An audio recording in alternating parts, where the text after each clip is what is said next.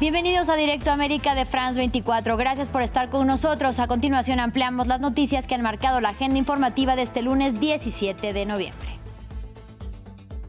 La ex primera ministra de Bangladesh, Sheikh Hasina, es condenada a muerte. Fue declarada culpable de crímenes contra la humanidad por haber ordenado la represión en los disturbios del movimiento estudiantil que provocaron su caída en agosto del 2024 y en los que, según la ONU, murieron al menos 1.400 personas, la mayoría de ellas civiles. Volodymyr Zelensky de visita en Francia. El presidente ucraniano y su homólogo francés Emmanuel Macron anunciaron un acuerdo de defensa que incluye la transferencia de 100 aviones de combate Rafale y una mayor cooperación en materia de defensa para hacer frente a la ofensiva rusa. En Chile, la candidata de izquierda Janet Jara y el de ultraderecha José Antonio Kast fueron los vencedores de la primera vuelta electoral presidencial. Se volverán a enfrentar en la carrera por el Palacio de la Moneda el 14 de diciembre. En economía hablaremos de las nuevas previsiones de crecimiento del PIB de la Unión Europea. El bloque de los 27 países se muestra optimista pese al conflicto comercial con Estados Unidos. Los números los revisamos en estudio con Juan Pablo Lucumí y el contexto lo ampliaremos con nuestra periodista desde el corazón de la Unión Europea.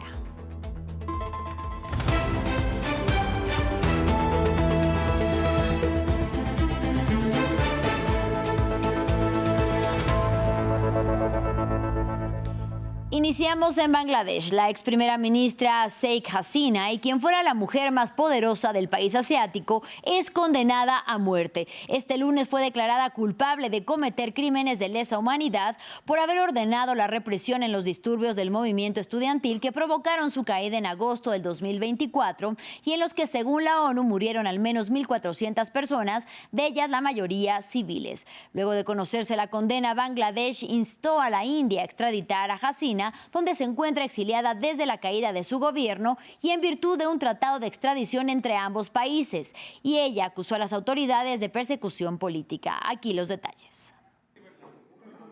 Sheikh Hasina, de mandataria condenada a muerte. Este lunes, la ex primera ministra de Bangladesh fue sentenciada a la pena capital por un tribunal interno de crímenes de guerra a raíz de haber perpetrado delitos de lesa humanidad contra las protestas estudiantiles de 2024. En vista de los hechos, circunstancias y conclusiones expuestos, se ordena que la acusada Sheikh Hasina sea declarada culpable de 3 cargos. En el primer cargo, incitación. En el segundo, orden de matar. En el tercero, omisión para prevenir las atrocidades y falta de acción punitiva contra los perpetradores. Por los 3 cargos hemos decidido imponerle una sola sentencia, la pena de muerte. La líder política de 78 años comandó el país por más de 15 años y actualmente se encuentra en el exilio en India. Al conocer el veredicto, la líder política aseguró que la decisión judicial tiene motivaciones políticas.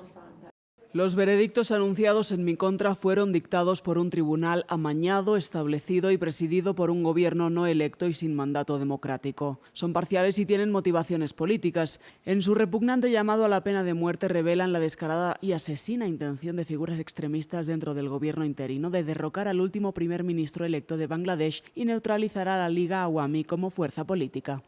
Tras salir del Ejecutivo como consecuencia de las fuertes protestas ciudadanas, que según la ONU dejaron 1.400 muertos, Hasina fue sucedida por un gobierno interino presidido por el economista y Premio Nobel de Paz, Mohamed Yunus. Sin embargo, los partidarios de la ex primera ministra, aglomerados en el partido político Liga Awami, aseguran que no reconocen al nuevo gobierno y piden que se realicen cuanto antes nuevas elecciones en el país. En otro orden de ideas, el presidente de Francia, Emmanuel Macron, y de Ucrania, Volodymyr Zelensky, firmaron una declaración de intenciones para la futura compra de 100 aviones de combate Rafale, así como sistemas de defensa aérea de nueva generación.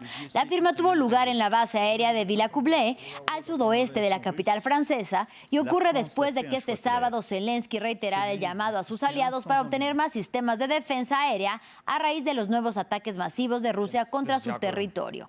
Zelensky agradeció el apoyo de París a Kiev y dijo que el armamento francés fortalecerá las capacidades de su país para hacer frente a Moscú. Con este acuerdo seguimos invirtiendo en la integración de nuestras industrias de defensa para brindar mayor apoyo a Ucrania y a la modernización de sus fuerzas armadas, que permanecen en primera línea y constituyen la primera línea de defensa y disuasión de Europa contra la agresión, y lo hacemos con una visión a largo plazo. El nuevo proyecto de resolución estadounidense sobre la Franja de Gaza, que se someterá a votación en el Consejo de Seguridad de la ONU este lunes, hace referencia al futuro de un posible Estado palestino. Bajo la presión de países árabes y musulmanes, la administración de Donald Trump modificó el texto para incluir una definición más precisa de la autodeterminación palestina, mientras que el gobierno israelí de Benjamín Netanyahu se opone firmemente a esta posibilidad. Lo vemos en el siguiente informe. Una vía creíble hacia la autodeterminación y la condición de Estado palestino. Eso indica una resolución redactada por Estados Unidos sobre Gaza y que el Consejo de Seguridad de la ONU votará en las próximas horas. Para el primer ministro israelí, la perspectiva de un Estado palestino es una línea roja. Nuestra oposición a una Palestina en cualquier territorio no ha cambiado. No habrá tal cosa como la supuesta no desmilitarización de la parte de Gaza que está en manos de Hamás, incluso en el plan de 20 puntos. Y en todo lo demás, esta zona será desmilitarizada y jamás se desarmará. La resolución impulsada por Estados Unidos instauraría una fuerza internacional de estabilidad en Gaza, así como un organismo de gobernanza transitoria conocido como la Junta de la Paz en el enclave. Esta abordaría temas como la reconstrucción de posguerra y la recuperación económica, y estaría presidida por Trump hasta finales de 2027. La propuesta cuenta con el respaldo de países de mayoría musulmana, pero ha encontrado una fuerte oposición por parte de China y Rusia, que presentó su propia contrarresolución ante el Consejo de Seguridad la semana pasada. Tras advertir sobre los riesgos de no adoptar su propuesta, Estados Unidos calificó de frágil el actual alto el fuego en Gaza. Y la situación humanitaria en el enclave sigue siendo crítica. Necesitamos ropa, comida y agua. Nos estamos muriendo y sufriendo cada día y cada hora. Desde que entró en vigor el alto el fuego el 10 de octubre, el Ministerio de Salud del enclave informó que más de 600 personas han resultado heridas y cerca de 200 han muerto. Ahora vamos a Chile, con una diferencia muy ajustada. La izquierdista y candidata del oficialismo Janet Jara y el ultraderechista José Antonio Kast fueron los ganadores de la primera vuelta electoral por la presidencia de Chile. Se trataron de unos comicios en los que por primera vez desde 2012 el voto fue obligatorio y en los que la principal preocupación expresada por los ciudadanos es el aumento de la delincuencia y la percepción de inseguridad. Aquí los detalles. En medio de vítores y aplausos, Janet Jara subió al escenario para agradecer a sus partidarios. El domingo, la candidata de la amplia coalición de centro-izquierda Unidad por Chile obtuvo una estrecha ventaja en la primera vuelta de las elecciones presidenciales. La que fue ministra del Trabajo del presidente saliente promete asequibilidad, aumentar el salario mínimo y reforzar las fuerzas policiales y las prisiones. Pero luego de una campaña dominada por la preocupación sobre la inseguridad, teme que el aumento de la criminalidad empuje a los chilenos hacia la extrema derecha. No dejen que el miedo congele sus corazones. No vale la pena. Al miedo hay que combatirlo dándole más seguridad a las familias. No inventando soluciones imaginarias en cabezas que de un segundo para otro se le ocurre una idea más radical que la siguiente. Aunque Chile sigue siendo uno de los países más seguros del continente, la delincuencia ha aumentado en los últimos años, lo que podría favorecer al candidato ultraderechista José Antonio Kast.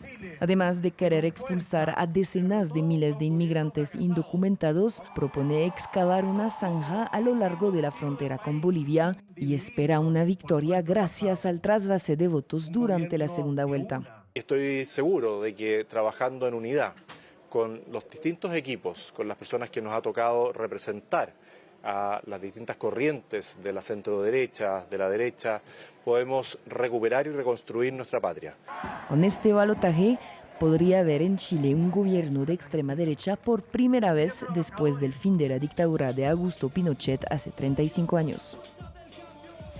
Ecuador también votó este domingo y lo hizo por el no en un referendo y una consulta popular impulsadas por el gobierno de Daniel Noboa. Rechazaron, entre otras propuestas, el regreso de las bases militares extranjeras que fueron prohibidas desde 2008 y la redacción de una nueva constitución que buscaba reemplazar a la promovida por el expresidente Rafael Correa. Los ciudadanos también se opusieron a la eliminación del financiamiento público de los partidos. Tras la derrota, el mandatario ecuatoriano aceptó los resultados y dijo respetar la voluntad del pueblo. Bueno, estamos muy contentos de celebrar esta jornada democrática, esta jornada de democracia directa, una consulta. No hay nada más democrático que preguntarle directamente al pueblo sobre su futuro y sobre qué es lo que quisiera. Continuamos en Estados Unidos. En un inesperado giro, Donald Trump llamó a los republicanos de la Cámara de Representantes a votar a favor de publicar más archivos relacionados con el caso de Jeffrey Epstein. Su decisión tiene lugar después de ser nuevamente señalado de tener vínculos directos con el delincuente sexual mediante unos correos revelados por el Partido Demócrata en los que Epstein habría alegado que el mandatario textualmente sabía lo de las chicas. Como les dije el viernes por la noche a bordo del Air Force One a los medios de noticias falsas, los republicanos deberían votar para liberar los archivos de Epstein, porque no tenemos nada que ocultar y es hora de pasar de este engaño demócrata perpetrado por lunáticos radicales de izquierda con el fin de desviar el gran éxito del Partido Republicano, incluyendo nuestra reciente victoria sobre el cierre demócrata. El Departamento de Justicia ya ha entregado decenas de miles de páginas al público en Epstein. Están mirando a varios operativos demócratas. Algunos miembros del Partido Republicano están siendo usados y no podemos dejar que eso suceda. Comencemos hablando de los logros récord del Partido Republicano y no caigamos en la trampa de Epstein, que es en realidad una maldición sobre los demócratas, no nosotros. Hacer a Estados Unidos grande de nuevo. Y en España, el presidente en funciones de la Generalitat Valenciana, Carlos Mazón, comparece ante la Comisión de Investigación sobre la Dana. En sus primeras declaraciones asegura que no contestó a las llamadas que le hizo la exconsejera del Interior, Salomé Padras, cuando hace un año ocurrió la tragedia en la que murieron 229 personas porque tenía su teléfono celular en la mochila o estaba haciendo otras llamadas. Recordemos que la semana pasada familiares de las víctimas de la catástrofe lo acusaron frente a la misma comisión de ser el responsable de las muertes. Y es tiempo de economía en France 24. Y ya está con nosotros Juan Pablo Lucumí para revisar las cifras esta jornada. Bienvenido, Juanpa. Feliz inicio de semana, Elena. Para ti también. Pues iniciamos en Europa porque hay nuevas previsiones sobre cuánto crecería la economía como bloque a finales de este 2025. Pues Elena, la Comisión Europea está muy optimista con cuánto va a crecer el Producto Interno Bruto de los 27 países como conjunto para el cierre de este año y elevó 0,3 su previsión de crecimiento con relación a la anterior previsión, la que fue en primavera. Argumentan que el escenario no está tan mal como se creía, pues los acuerdos entre la Unión Europea y Estados Unidos han evitado un escalamiento en la guerra comercial y esto también ha aliviado algunas incertidumbres. Con este optimismo, la Comisión Europea que dijo o espera que crezca 1,4% este 2025, esto es 0,4 más que el año pasado y un punto porcentual completo desde la cifra de 2023, cuando el bloque logró consolidar solo el 0,4% de crecimiento de su PIB real y el año que se consolidó como el más bajo en una década en términos de crecimiento. No se veía este escenario desde el crecimiento nulo que tuvo la Unión Europea en 2013. Hay que decir que el dato de 2025 todavía está lejos de ese 3,5% que alcanzó esta región en 2022. En 2021 vemos en el gráfico un rebote luego de la caída de la pandemia en una reacción de acomodación o corrección normal luego de ese desplome. Esos fueron datos de crecimiento de PIB, pero en términos de inflación, es decir, de ritmo en el que crecen los precios, se estima que la eurozona, que es el bloque de los 20 países que comparten el euro como moneda, tendrá una inflación de 2,1% anual para el cierre del año y se establece o se estabilice a 1,9% para 2026, es decir, 0,1 por debajo del objetivo del Banco Central Europeo. Con estos datos, a esta hora las bolsas europeas se mueven en terreno negativo. Hay que decir que es Frankfurt quien está retrocediendo 0,6% y Madrid 0,9%. Pero buscamos más señales de esta noticia y por eso profundizamos la información con nuestra corresponsal que está en el corazón de la Unión Europea. Este fue el informe de Esther Herrera.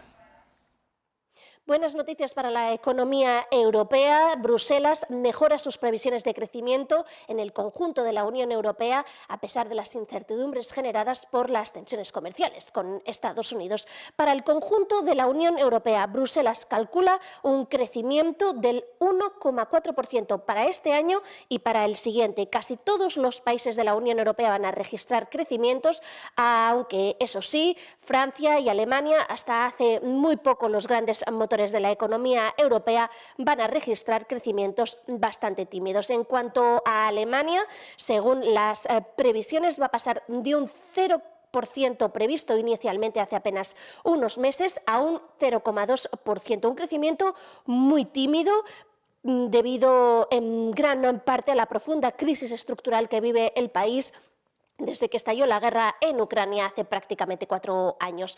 Por su parte, Francia preocupa a la Comisión Europea. La profunda crisis que vive política y económica el país también se traduce en sus cuentas. Según la Comisión Europea, calcula un crecimiento de apenas del 0,7% para este año, situando así al país a la cola de los países que menos crecen de la Unión Europea. Bruselas, en su informe, también alerta de las incertidumbres que genera la situación política y económica del país, especialmente en cuanto a sus presupuestos, y además con un gran aviso: la altísima deuda que registra actualmente el país va a seguir creciendo, situándose hasta un 120% en 2027.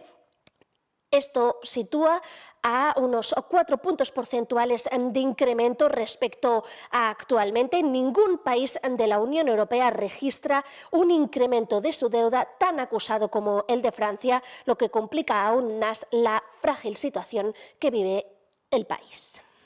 Y nos quedamos en Alemania, que como vocera de China intentará ayudar para que el gigante asiático mejore sus relaciones comerciales con el bloque de los 27, Juan. Al menos así es como lo ve China, como vocera. China ha dicho que espera que Alemania, la primera economía europea, sea eso. La representante o la vocera de Beijing en la Unión Europea dicen que esperan que Berlín utilice su influencia para mejorar los lazos entre ambas partes y así encontrar puntos en común mientras se complica el escenario comercial con Estados Unidos.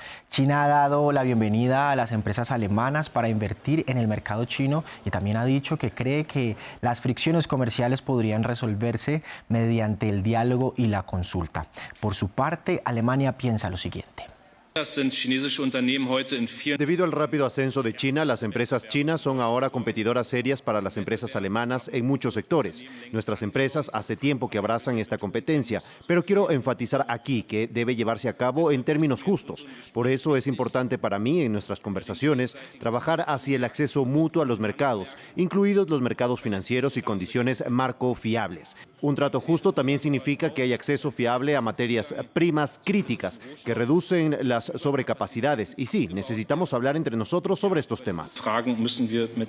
Y de China vamos a Japón para hablar de su crecimiento económico que tuvo turbulencias. Elena, y es que la economía japonesa se contrajo 1,8% anualizado en el trimestre de julio a septiembre. Esta es la primera caída para Japón en 6 trimestres, que se dio en parte a un golpe a las exportaciones derivadas de los aranceles estadounidenses.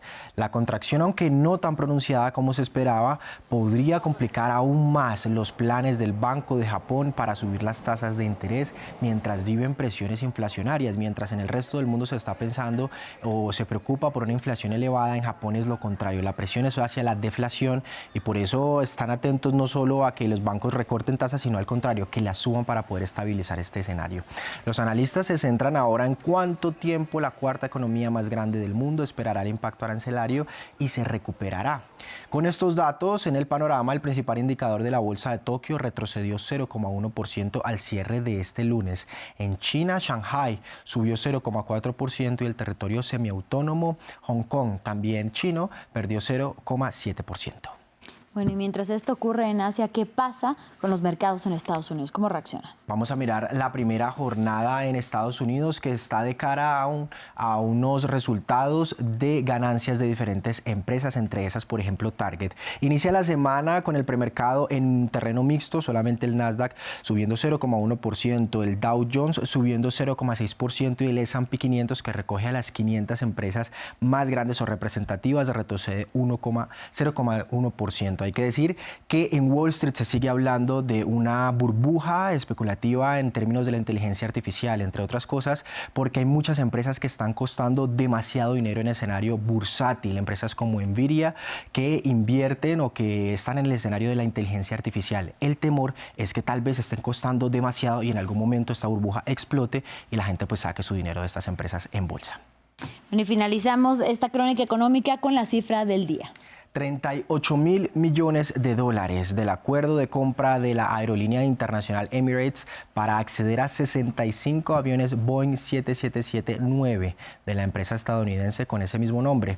Con este pedido, la cartera total de pedidos de la aerolínea emiratí con Boeing asciende a 315 aviones de fuselaje ancho, que incluye 270 Boeing 777X, 10 Boeing 777 de carga y 35 Boeing 787, que entre esos se ve alguna diferencia, habría que decirlo, con estos aviones que han tenido diferentes dificultades que incluso han estado en investigación también. Esto cuando ocurre lo de las investigaciones de los aviones, los precios suben, los precios bajan. ¿Qué ocurre con las empresas? Normalmente cuando pues hay estas investigaciones de daños y demás, pues el precio tiende a bajar y hay que decir que en las acciones también en bolsa la empresa ha tenido varias turbulencias e incluso cambió su CEO. ¿Existiría el término malbaratar un avión? ¿Eso ocurre? Habría que verlo si en este caso ocurre, porque son estos especialmente, algunos son de carga, pero para el tema de turismo o de las aerolíneas en general, pues ha tenido complicaciones y también pierde esa confiabilidad de las personas, ¿no? Claro que sí. Muchísimas gracias, como siempre, por el análisis y también por la información económica, Juan Pablo Lucumí. Hasta una próxima. Gracias, hasta la próxima. Y gracias a ustedes por su compañía. En breve, más información aquí en France 24. Y es momento de nuestro enfoque. Mientras Europa endurece sus fronteras y restringe así sus políticas migratorias, España más bien sorprende con una política migratoria que es más acogedora. Entre enero y junio del 2025 se presentaron 77.000 solicitudes de asilo en el país ibérico y detrás de esta cifra se esconde una estrategia asumida. Madrid multiplica las medidas para regularizar, integrar y estabilizar a los recién llegados. Esta es la historia. En este restaurante de Madrid, solo 3 de sus 33 trabajadores son españoles. Víctor, de 26 años, es venezolano. Llegó a España hace 4 meses y ya ha recibido asilo y un permiso de trabajo. Permiso, caballero. Llegué y el encargado tenía un día fuerte, un día complicado. Me pidió que viniera el día siguiente, el viernes, para una entrevista. Me hicieron un contrato y me quedé en la empresa. Todos en el equipo realmente somos extranjeros y a todos nos va súper bien el horario. Eso le da tranquilidad al jefe. ¿Qué tal? Everything is okay here. Durante los últimos 10 años le ha resultado difícil contratar españoles que no se sientan atraídos por los horarios tardíos y los salarios modestos. Que los españoles no quieren. Lo ven muy sacrificante. Estar en la hostelería todos los días, lidar con el cliente y todo eso. Marruecos, Venezuela, Argentina, Brasil, o sea, muy variado aquí. Somos las Naciones Unidas, digo. El 14% de los trabajadores registrados en España son extranjeros. El gobierno, liderado por los socialistas, ve la inmigración como un activo económico. El pasado mayo, Madrid anunció que otorgaría permisos de trabajo a 900.000 migrantes en situación irregular en un plazo de 3 años. Este abogado lleva 35 años trabajando en casos de inmigración. Una de las cosas que siempre vamos a pedir es copia del DNI. Hoy asesora a Ivonne, originaria de Colombia, que llegó a España hace 4 años. Respecto a toda la estancia que ha estado aquí, existe la solución a través de lo que en este momento es el arraigo. El concepto permite que los ciudadanos no europeos regularicen su situación después de 2 años en lugar de los 3 años que se requerían antes. Después de 2 años que están aquí en España en situación irregular, la posibilidad de obtener una autorización de trabajo y residencia siempre y cuando carezca de antecedentes penales y que pueda tener una oferta de empleo efectiva. Ya desde que llegué siempre he tenido como tratar de tener los papeles en reglas, y trato de cumplir con todas las leyes y ya. Pues yo llevo trabajando con Dani mucho desde que llegué aquí. Bueno, esperemos que salga todo bien con esto.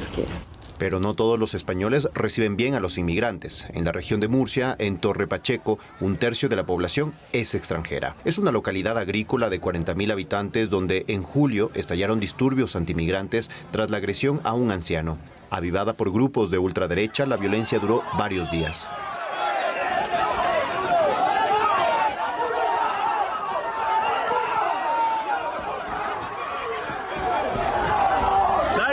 calle, socio. Nada que equivocar de calle. ¡Ir a tomar por culo todo! ¡Mono de mierda! ¡Mono de mierda! 3 meses después, todavía se perciben claros signos de hostilidad hacia los extranjeros. La verdad pienso que tenían que haber dejado a la gente de aquí hacer lo que querían hacer. El que no se adapte, pues deportarlo a su país. Y se dedica a robar. Sí, se le pilla para afuera. Si es español, se le pilla para la cárcel. El alcalde conservador de Torre Pacheco reclama controles más estrictos sobre la inmigración. Yo creo que eso es lo que falta por regular, ¿no? Al final, el que venga aquí, que venga a trabajar y que no venga pues a vivir de nada. Tengo 10 españoles aquí y me vienen 50, pero son inmigrantes, el porcentaje de delincuencia me crece de la gente que viene. El número de extranjeros se ha duplicado en los últimos 20 años en España. Pero el ministro del Interior afirma que eso no ha tenido impacto en la criminalidad, que está en su nivel más bajo registrado. Los migrantes cubrieron el 87% de las vacantes laborales el año pasado. El crecimiento de nuestro país se vería reducido en un 25% sin el aporte de la población extranjera y solo representan el 1% del gasto. Bueno, pues por eso hay que combatir con datos y con información. La economía española creció un 3,2% el año pasado, por encima del promedio europeo. Fin del informativo, pero regresamos en breve con más aquí en France 24.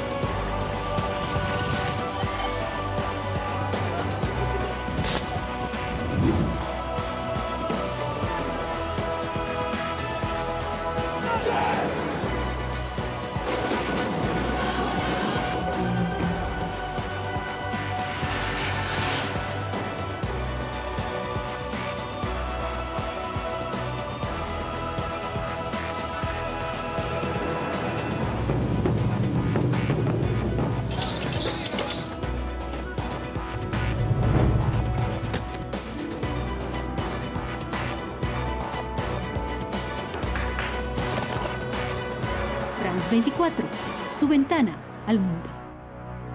Liberté, égalité, actualité.